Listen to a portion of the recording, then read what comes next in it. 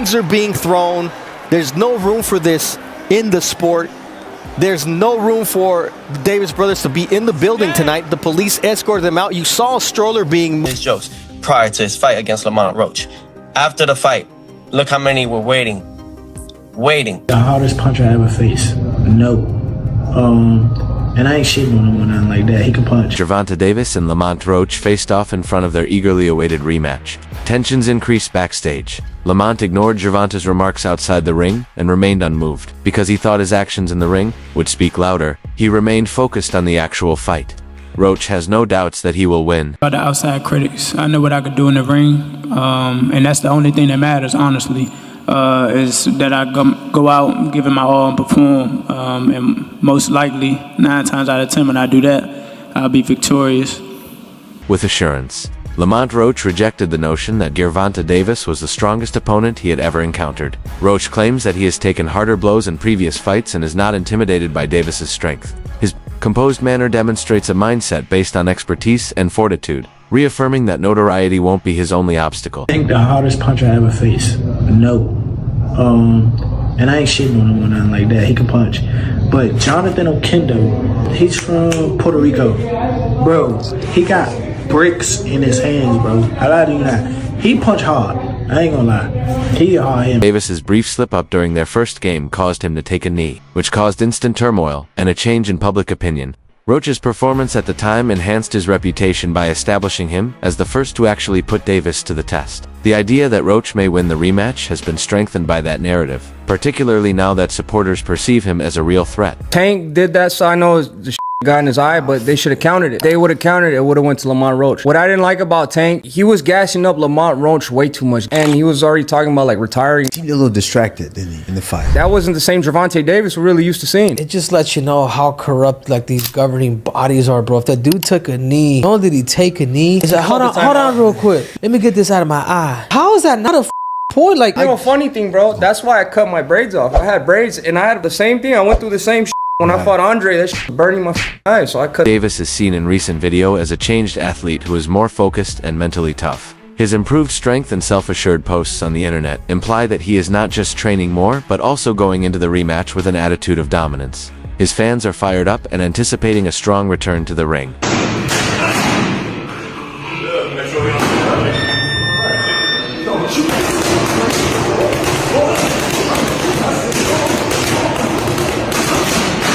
Roy Jones Jr. gave Davis high marks for his explosive fighting style, emphasizing how he can overwhelm opponents with a lethal combination of skill and strength. Jones is still certain that Davis's presence in the ring will be too much to bear, albeit acknowledging that the bout is still unpredictable. He anticipates that Tank will reclaim his supremacy.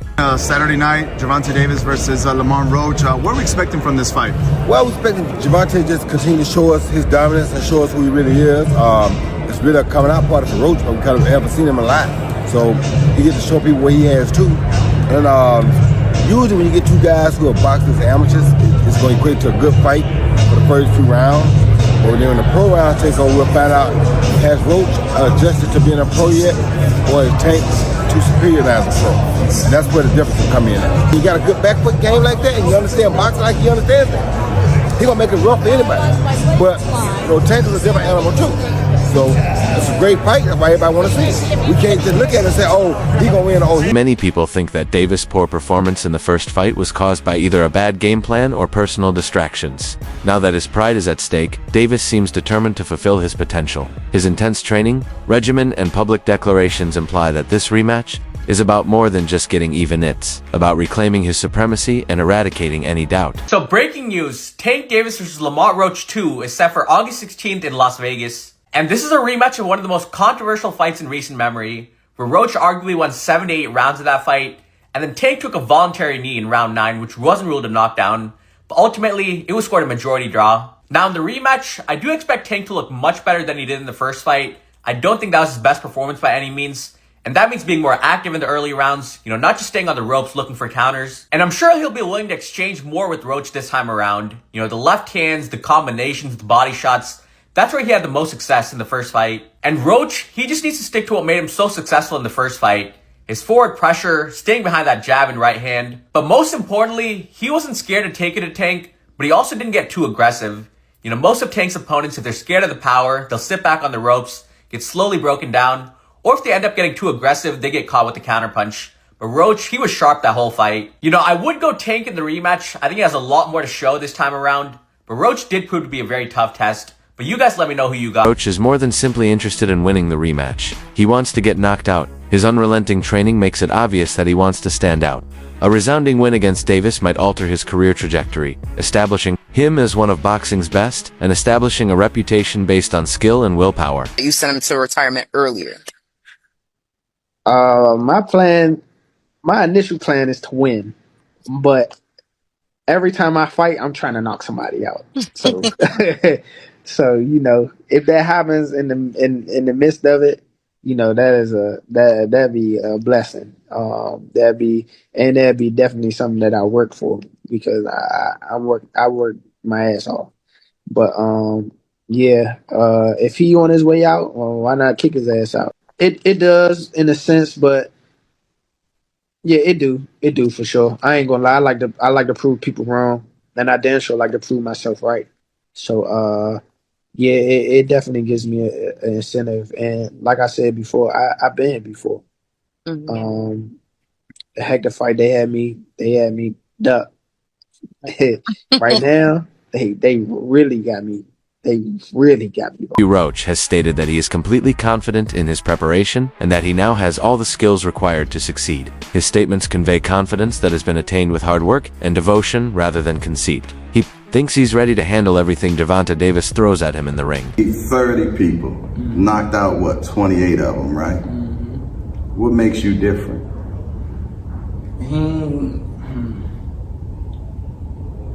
He probably can't answer that question. He probably can't answer that question. But it's the skill, the will.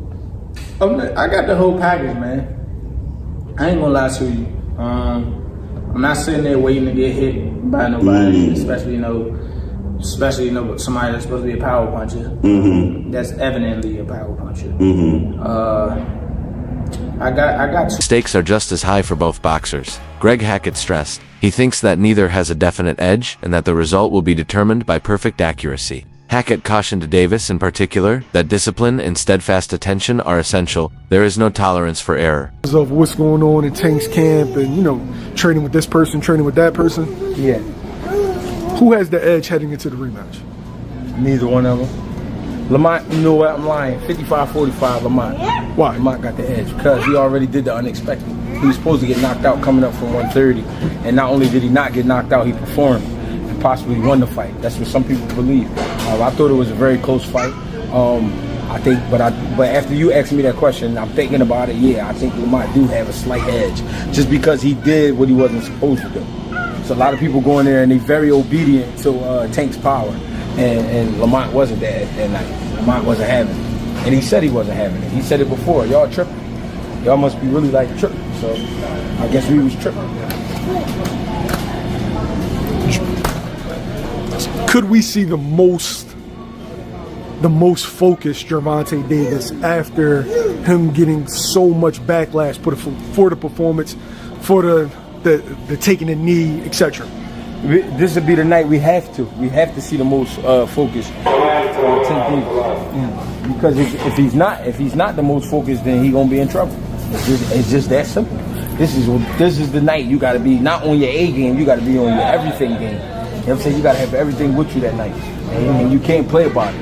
And you gotta mean it. Every step gotta be counted for, and he know that. So I'm looking for this just to be a great fight. Great fight.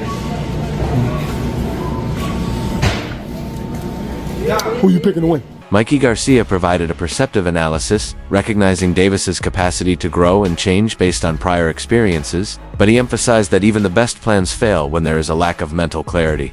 Garcia's message was straightforward. Davis might as well stay out of the ring if he isn't mentally prepared. I think Tank wins in the rematch. Why? I think he'll make the right adjustments and he won't take too long to fight. He kind of gave a lot of the round away sometimes. I think he'll be more active and he'll win. But big props to Roach for his last fight and performance. Fuck, surprised everybody. Right. I think he was robbed from the victory. Again, that knockdown should have been a knockdown. Right. But whatever, he gets a rematch, you know. And maybe they get a third fight, you know, after that. Who knows? Maybe it turns the market back. Maybe it turns out to be another great fucking matchup, and they say, you know what, let's run it back. Right. And maybe that controversy from the first fight actually helps Roach fucking get 3 fights out of it instead of just the 1, or you know, you never know. So hey, things happen for a reason, and I think the edge. I'm not a psychiatrist, bro. I don't know. Everybody's a little different. What I got to say is, like, if you're dealing with any mental health, it seems to be a very common thing. I mean, if you don't feel that you're 100% dedicated or 100% capable of blocking out, you know, personal life issues or whatever to get in the ring, then don't get in the ring. Don't get in the ring. Now, if you're, it seems like a lot of fighters if you're are going through stuff and they get in. If you're going through stuff and you feel like maybe it's helping, like he says, maybe it's helping him fucking do it. Let him do it. I don't know. Concludes the video for today. We'll see you next time, and stay tuned.